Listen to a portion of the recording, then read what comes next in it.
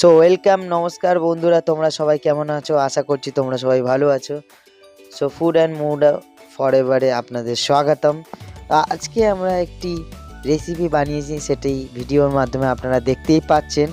তো এই রেসিপিটির নাম কিন্তু আমি বলবো না। আপনারা সবাই জানেন যে শীতকালে এই ফুল পাওয়া যায়, সজনে ফুল বাজারে খুব পরিমাণে পাওয়া যায় এবং মানুষ খুব আনন্দের সাথে এটি খায়। এবং আমি ছোট ছোট করে একটি ফুলকপি কেটে নিলাম। এই ফুলকপিটি এর সাথে অ্যাড হবে এবং আমি এই ফুলটিকে ভালো করে পরিষ্কার করে ধুয়ে নিলাম। কারণ এই ফুলটি পরিষ্কার করে না ধুলে এর মধ্যে যে ধুলি ধুলি ময়লা লেগে আছে, সেগুলো কিন্তু রান্না করলে কিন্তু কচকচ করবে। তো এটাকে পরিষ্কার করে ধুয়ে নেওয়ার পরে আমি এর মধ্যে জলটাকে পুরো শুকনো করে ঝরিয়ে নেব। আপনারা দেখতেই পাচ্ছেন আমি পুরো জলটা ঝরিয়ে নিয়েছি, পুরো শুকনো করে নিয়েছি। আমি কড়া গরম করতে বসিয়ে দিয়েছি এবং এটাই পুরো একদম শুকনো হয়ে গেছে। কারণও আছে, শুকনো না করলে কিন্তু এ থেকে যদি জল বেরোয় এবং বেশি পরিমাণে জল বেরোয়, তাহলে কিন্তু আপনার রান্নাটা সেই ধরনের হয়ে উঠবে না। এবার এটিকে গরম কড়াই দিয়ে দিলাম।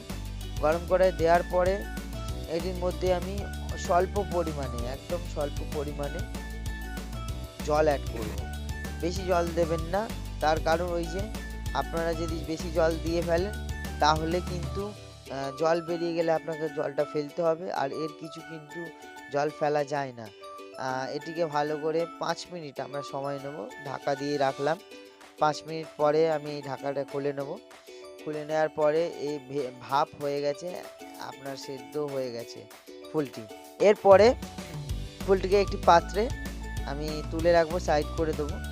এবং আমাদের যে আগামী প্রসেস, আমি কিন্তু ঝুরঝুরি করে আলু, শিম এবং কপি, আপনাকে তিনটে মধ্যে একটি কাটা দেখিয়েছি, আমি কপি কাটাটা দেখিয়েছি।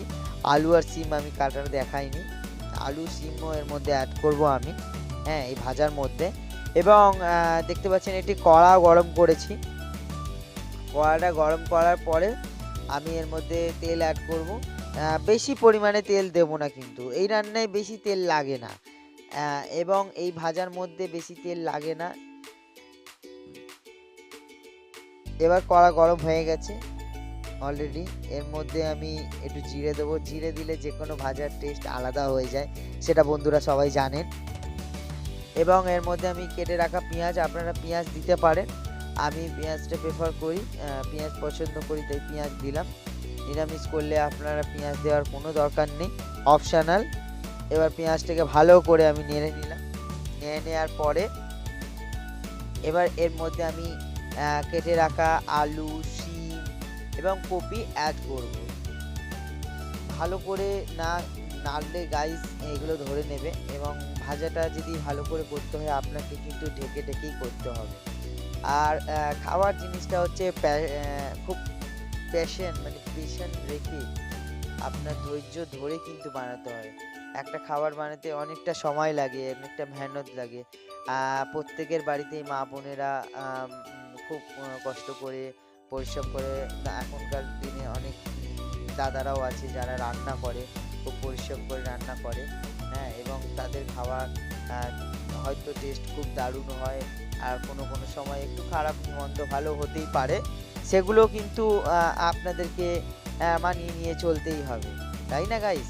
হ্যাঁ, এবার ধরুন এত কষ্ট করে কেউ রান্না করলো, সেখানে যদি আপনি একটু তার তারিফ না করলেন বা তাকে একটু ভালো কিছু না বললেন, তাহলে তার মনও খারাপ হয়।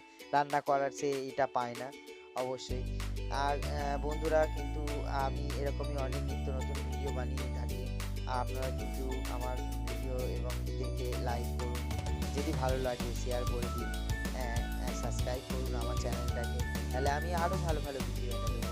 দেখুন আমি ঢাকা দিয়ে কিন্তু নেড়ে নিয়েছিলাম হলুদ দিয়ে ভালো করে, এবং এর মধ্যে অলরেডি ভাজা হয়ে গেছে। এবার এর মধ্যে ফুলটা অ্যাড করলাম, ভাপিয়ে রাখা ফুলটা অ্যাড করার পরে কিন্তু ফুলটাকে এর মধ্যে কিন্তু আমি অয়েল অ্যাড করিনি এখনো। যতটা অয়েল আছে ওই অয়েলের মধ্যেই এটাকে ভাজা করে নেব। এবং এর মধ্যে আমি অল্প পরিমাণে চিনি দিলাম, আর অপশনাল আপনারা লঙ্কা দিতে পারেন, গোলমরিচ দিলেও খুব ভালো লাগবে। তো বন্ধুরা, আমার রান্না পুরোপুরি কমপ্লিট হয়ে গেছে। এবার বারুদ সাবধানে আর খান। সবাই টাটা।